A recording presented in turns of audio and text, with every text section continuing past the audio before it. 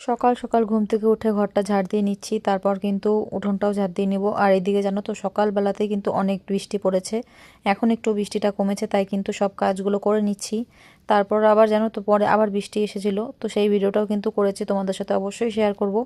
এদিকে দেখো উঠোনটাও কিন্তু ঝাড় দিয়ে নিচ্ছি।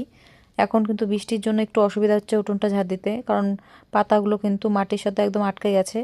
আর এদিকে ছেলে তো বাড়িতে ছিল না, কালকে রাত্রে গেছিলো ওর জেঠু বাড়িতে, আজকে সকাল সকাল ও চলে এসছে, ওর জেঠু কিন্তু ওকে দিয়ে গেল। তো ছেলের জন্য ম্যাগি আর আমার জন্য কিন্তু চা বানিয়ে নিচ্ছি। সকালের বাসি কাজ কিন্তু কমপ্লিট করে নিয়েছি। আর এদিকে জানো তো চা বানাতে বানাতে কিন্তু বৃষ্টিটা আবার চলে এসেছে। তো দেখো চা আর ম্যাগি দুটোই কিন্তু হয়ে গেছে। ছেলের জন্য কিন্তু ম্যাগিটা ঠান্ডা করে দিয়ে দিলাম, ও কিন্তু ম্যাগি খাচ্ছিল, আর আমি কিন্তু চাটাও খেয়ে নিলাম। আর এই যে দেখো বৃষ্টিটা আবার শুরু হয়ে গেছে, আর বৃষ্টির দিনে কিন্তু বাইরে কাজ করতে অনেকটাই অসুবিধা হয়। আর এদিকে ছেলে কিন্তু আমার সাথে রাগারাগি করছিল, আর আমি কিন্তু হাসছিলাম ওর কথা শুনে। তো যাই হোক, এদিকে কিন্তু রান্নাটাও বসিয়ে দিলাম, ভাত বসিয়ে দিয়েছি উনুনে। আর আজকে করব কাঁচা কলা ভাজা আর ডিম ভাজা আর পটল আলুর তরকারি। এদিকে কিন্তু ভাতটা নামিয়ে নিয়ে ডিমটাও কিন্তু ভেজে নিলাম। এই যে দেখছো কড়াইটা কালো কালো লাগছে, আসলে কালকে তো আলু ভাজা করেছিলাম, তো কড়াইটা আর মাজা হয়নি কালকে, তো ওই কড়াইতেই রান্না করছি, তাই কিন্তু কড়াইটা একটু পুড়ে গেছে। তো যাই হোক, এদিকে ডিম ভাজা হয়ে গেছে, তাই কিন্তু আমি কাঁচকলাটাও ভেজে নিলাম। এদিকে চলো কিছু সুন্দর কমেন্ট পড়ে নিই। খুশি মহন্ত দিদিভাই লিখেছে, খুব সুন্দর দুপুরবেলার ভিডিওটা, সারাটা দিন তোমার কাজের ভিডিও দেখলাম দিদিভাই, খুব ভালো লাগলো। আমারও খুব ভালো লাগলো দিদিভাই তোমার এত সুন্দর কমেন্ট পড়ে। তোমাদের এই কমেন্টগুলো কিন্তু আমার খুব ভালো লাগে, তাই কিন্তু আমি বারবার তুলে ধরি। এইদিকে রীতা দে শীল দিদিভাই লিখেছে, দারুণ সুন্দর লাগলো দিদিভাই ভিডিওটি।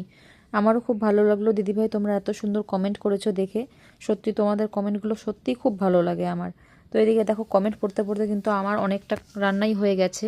পটল আলু তরকারি করব দেখে কিন্তু আগেই পটল আর আলুটা ভেজে নিয়েছি। এখন কিন্তু মশলাগুলো ভালো করে ভেজে নিয়ে, গুঁড়ো মশলা দিয়ে আরেকটু ভেজে নিয়ে তারপর কিন্তু আমি পটল আলুটা দিয়ে ভালো করে রান্না করে নেব। আমি কিন্তু পটল আলুর তরকারিটা এভাবেই রান্না করি, কারণ ডাইরেক্টলি যদি আমি পটল আলুটা দিয়ে রান্না করি তাহলে কিন্তু একটু কাঁচা কাঁচা ভাব থাকে পটলটা, তখন কিন্তু বেশি একটা টেস্ট লাগে না আমার। এদিকে পটল আলু দিয়ে তরকারিটাও কিন্তু কষানো হয়ে গেছে, তারপর কিন্তু আমি ঝোলটাও দিয়ে দেবো।